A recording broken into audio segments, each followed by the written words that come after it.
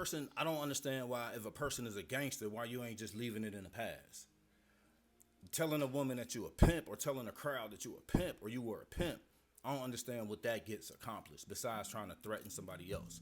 So to me, that's very belittling to another black man. As a to another black man, it's like you're trying to threaten or something like that. So I don't understand that part of it either. So I'm just saying, man, if everybody is who they are, if you're a millionaire and you making millions in your sleep, I don't understand how anybody can just, could rattle you as a black man. Man, we need to start using these dollars in the right way because guys, we the soldiers. Y'all supposed to be showing guys like me, like Luke, or dude, you sitting up here talking about you got millions of dollars and no staff. Like, geez, dude. Like, I mean, come on. You can't hire. That just don't even make that.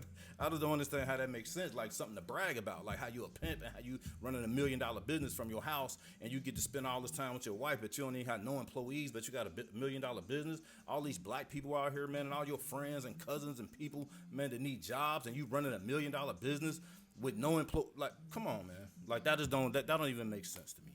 So like I say, I think everybody got an angle on what they doing. You know what I mean? So all of that stuff, it just sounds crazy because especially if a street guy, man, if you really a street guy, man, you would never let nobody that you think is feminine even thinking about rattling you. And honestly, bro, you look rattled to me. So, but I'm gonna leave that at that, and I'm gonna get into what and get into this get into this narc today, man. We gonna get into this narc, and we gonna figure that part out because hey, because these narcs are out here and they going strong, and we need this information. We got to try to figure out how to heal ourselves after we've been dealing with the narcissist for an extended amount of time.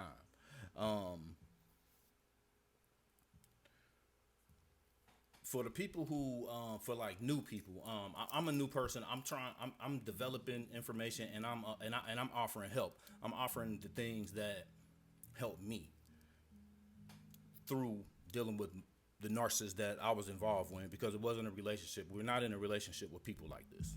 People like this are not. They're empty on the inside, and the part that's empty, they fill that with a demon.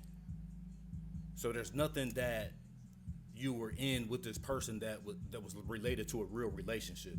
I mean, you were in, you might have had a situation or something like that, but or understanding, but it definitely wasn't, something that was a back and forth relationship. It was definitely just one person thinking they were in a relationship and another person going out doing demon things. Um, so my goal today is just to try to help you understand, like, if you haven't all the way identified that the person that you're dealing with is a narcissist, these are some of the things that I'm offering for help. The things that One of the biggest things that helped me understand that I was dealing with a narcissist, it wasn't necessarily what they were doing, it was how it was making me feel, or how I felt. I felt disconnected from myself. I wasn't doing the things that made me happy. I wasn't really tapping into my creative side. I really wasn't tapping into the things that really made me happy. And I mean, I'm not talking about surface happy. I'm talking about really happy, like your talents and your God-given gifts. Those things, they were urging me, and they were there, but I couldn't really tap into it. And I just didn't understand, why I couldn't really connect to my inner person the way that I was really trying and fighting for. So we need to understand who we dealing with. So if you're a type of person and you feeling like that, you feeling like you just can't connect with your inner person, and you're trying to um, basically do the things that you like. If you like to go hiking, or you like to bike ride, you like to go to the beach, but you just don't do it. You in the house all the time. You go to work, you come home, you find yourself in a real rotation. You're in a weird rotation because you really are in a weird rotation. You're in a loop. You're being gaslighted.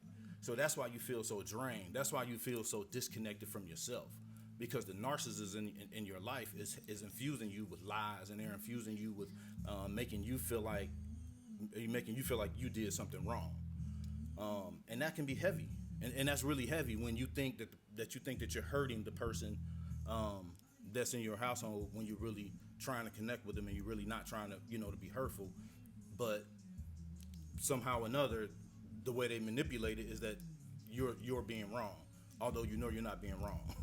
So those are the type of things that will loop you and get and make you heavy. And if you're feeling like that, you probably dealing with a narcissist, and you probably need to check some other boxes here to figure out if they cover some other things. So that's one thing. You're gonna be definitely feeling mentally drained. You're gonna feel like you want to talk to people. You're going to definitely feel disconnected. You're gonna feel disconnected from your family. You're gonna disconnect from the people at work. You're gonna feel disconnected from your friends, mainly because that's the way the narcissist sets it up. They make you feel empty like that, so you're not confident, so that you don't want to talk to other people. That's the mental drain part of it. It's ratchet, man. It's one of the most ratchet things to ever go through. And once we start adding more things to it, you're gonna figure out how ratchet it really is, and just how disgusting these people really are that we have in our house. And you never will go back to them. Once you start figuring this out, you will never ever go back to these people, because if you do, you just land with a demon, and you land with a demon. You land with a lizard, and they doing all the things that you think they doing.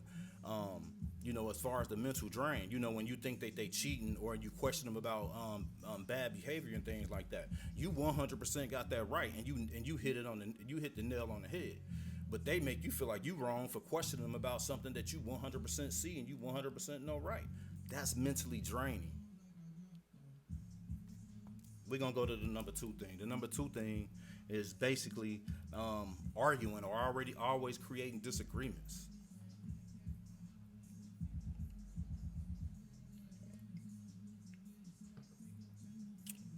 These creatures start arguments with you, and they have all these disagreements with you because they want to always keep a certain amount of distance, so they can cheat. Simple as that. They argue with you so they can zap energy from you, so that they can go cheat.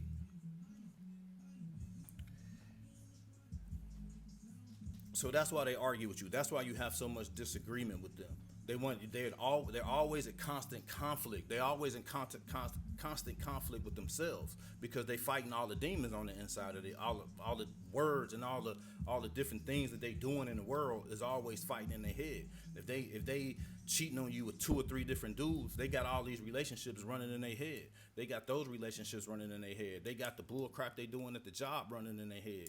They got the family stuff running in their head. They got all these different people and all these different people to give them energy, which in the psychiatric they call it supplies. You know what I mean? But I'm just gonna call it sucking energy from you. You know what I mean? Making you feel like something that you're not.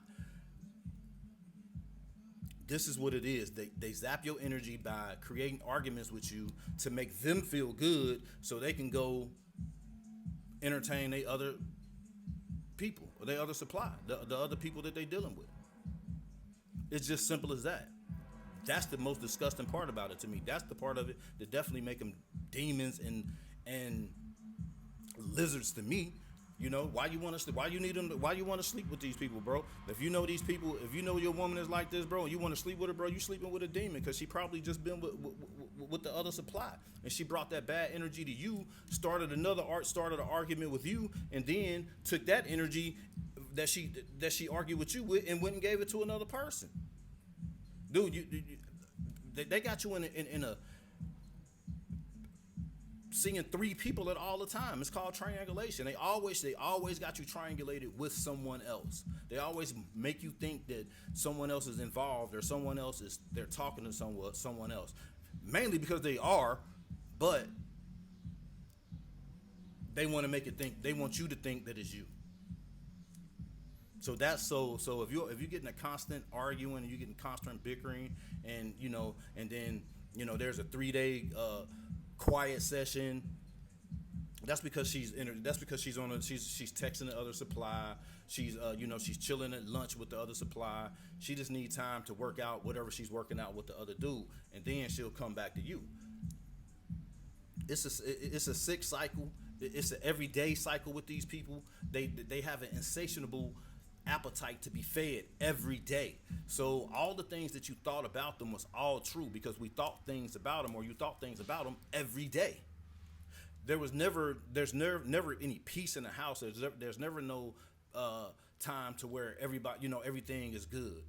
Even if it does, it's real minute and it's real short. It's real short. All shortly lived. All short lived. So so definitely that, man. So that's definitely my second thing. If you're doing a lot of arguing and you're doing a lot of disagreement and stuff like that, then you're definitely dealing with a narcissist, man. One of the things that prompted me to that prompted me to do the show when I was trying to diagnose my narcissist. I was well, I ain't even gonna call her mine at all. I can't even claim that. But one of the things that um, put it over the top for me was that because I think that me as a I consider myself an alpha man. I was always a high earner. I was always always had a network of men. I was always contributed um, to my community, and all and I'm an owner and everything. So I'm lucky and I'm fortunate. But the thing about it that made me was that she used to be so sick all the time. Like it'd be like 2 weeks in a row. You know what I mean? She's sick. Oh, my arm hurt, my leg hurt, my head hurt, my ankle hurt, my shoulder blade hurt, my eye, my fingertip hurt, anything. Like, you know what I mean? So she used to do this so often that it started weirding me out, man. So I started keeping track of it. Like, so I started doing that years ago. So after my last break, after my last discard, or I kind of discarded her, and she kind of jumped in and and jumped in on the discard, but was already definitely going on. Um, because it's just a couple of stages with the narcissist. They gonna hit you with the love bomb, they hit you with the devaluation, and then they gonna go ahead and hit you with the discard. So it was definitely in the discard range.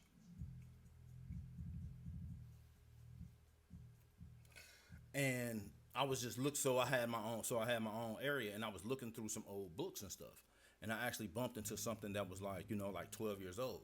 So this is a little bit of history on how long I've been dealing with my narc, or I had been dealing with my narc. Um, so I found a book because I had started keeping track of it, like what I mean, because it was just so weird, and I was really kind of joking with her, and I was like, and I started writing it down. I was just wanted to show her one day, like, look how sick you are, like, you know what I mean, because I didn't know she was a narc. I really thought something was wrong with her. I thought she had real.